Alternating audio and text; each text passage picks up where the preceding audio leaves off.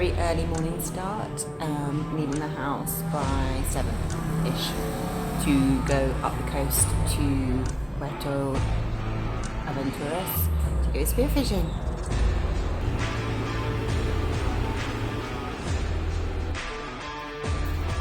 Hello.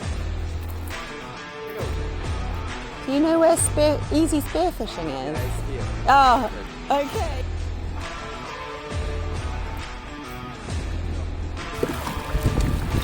We're at 150 metres deep and we're going to be looking at the pelagics, which I can't quite believe, seeing as I only started spearfishing in February.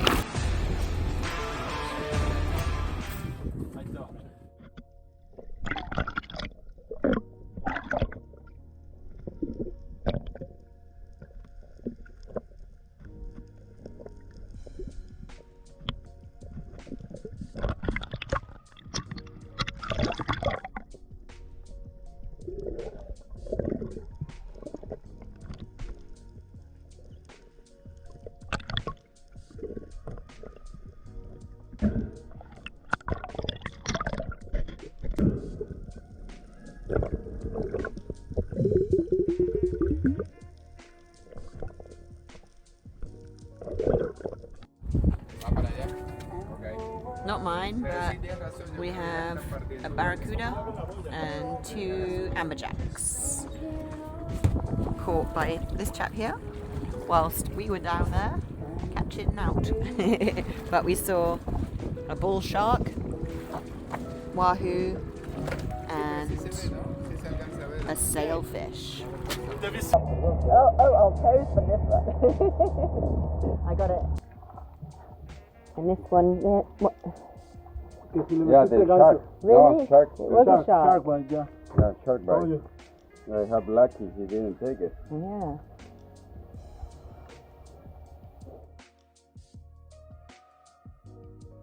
So all my health food supplements have had to be shoved up the end here because I don't have much space. I did try and get some red onions or cebolla morada, but they didn't have any, so I'm going to make do with these. And of course limes, tomatoes, and avocado. And where's my chili?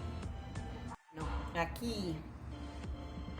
My chili, garlic, ajo, and I think that's all I need. I think we're going to be good. But I'm making it all here in my little hotel room on my dressing table with Jack on ice in the bathroom. And I think at this point I'll go get a cerveza before I start work.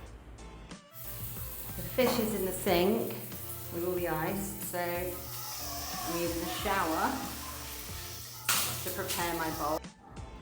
Right, we're finally set up here. Health food, beer. I love all the local ones. I love trying local beers, and I love, look at that. It's to tie around your thigh with that bit going in your belt.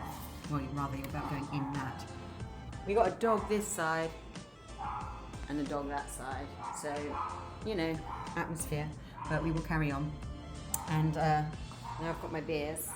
I'm going to start preparing, and I forgot to tell you about my secret special extra ingredient that I'm going to use for this ceviche. Look at that beauty. So as I said, this is happening in a hotel room. It's incredibly difficult. I don't have the best kit, but I am determined. So I'm going to do a very quick fillet of this jack here. It's not an amberjack. And it's not going to be my best because this knife was a cheapo. I actually bought just, not too bad. Look, oh man, I love it.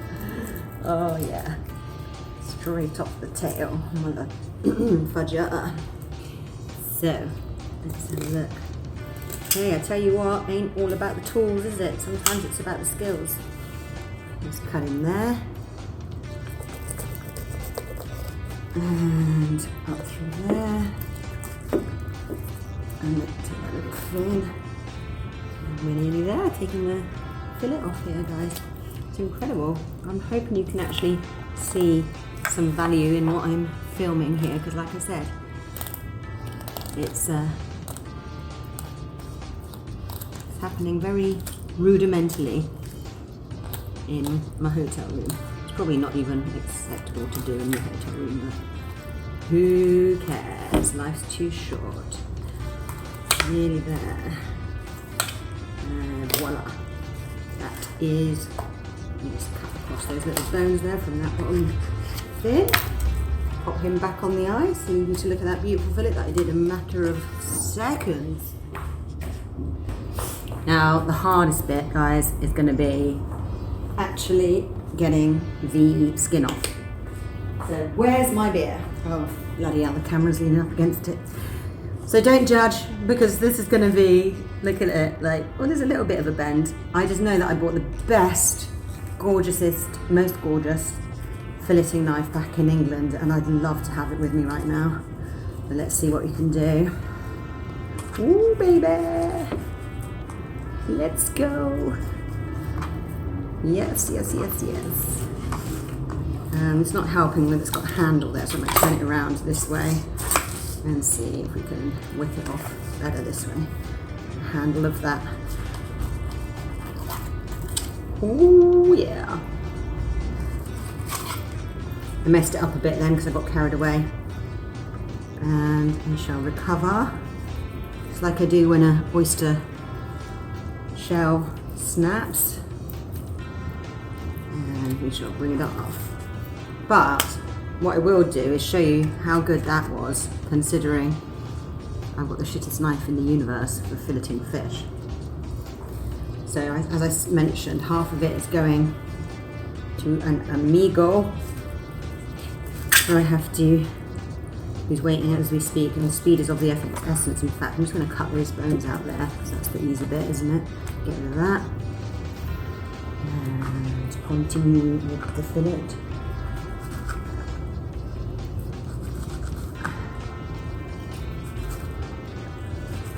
It smells good, surprisingly. It's been on my motorbike and all sorts. So here we go, and that's the best part of the fillet. Look at that. That's going to go straight into my lime. Get the skin out of the way, and that's in a bit there.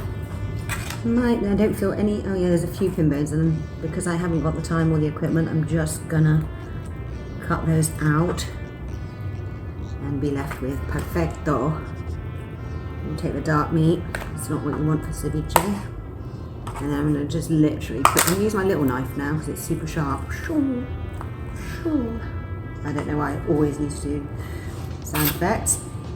This stuff is beautiful, and this little knife gets through it like nobody's business. I'm quite surprised. I bought a little 3-pack of knives just for cutting watermelons and other melons, and they've done quite well. Man, it's dicing straight through, and I'll show you what I mean. Look at the little cubes, beautiful, absolutely beautiful. So that's going straight into my little lovely silver dish of lime juice. And all the squeezing. And voila! I shall show you the rest in a sec. Thanks, guys. So I might be in a bit of trouble here because I don't know. I know some Spanish, but I don't know a lot of it, and I have no idea how hot this chili is going to be. Ceviche is starting to cure nicely. Only half a minute in. Sweetened with 100% monk fruit sugar, natural sugar, a bit like coconut sugar, you know, because you always put just a little bit of sugar in ceviche. What do you think? I wouldn't say it's the tidiest one I've ever done, but if you haven't got a plate, a watermelon will do. Pretty proud of that.